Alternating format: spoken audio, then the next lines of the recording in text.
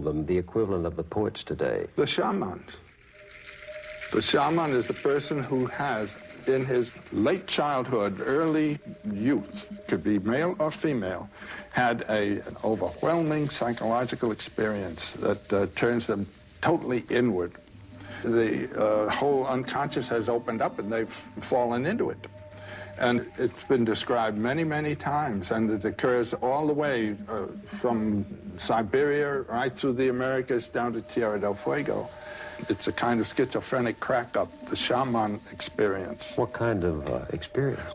Dying and resurrecting, you know, being on the brink of death and coming back, actually experience the death experience. People who have very deep dreams. Dream is a great source of the spirit.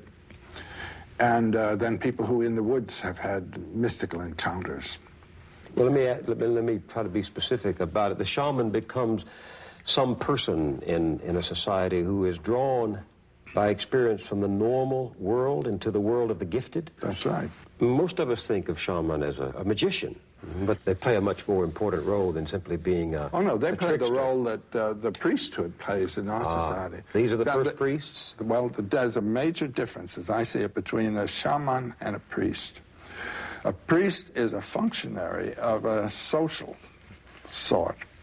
The society worships certain deities in a certain way, and the priest becomes ordained as a functionary to carry on that ritual. And the deity to whom he is devoted is a deity that was there before he came along. The shaman's powers are symbolized in familiars, deities of his own personal experience.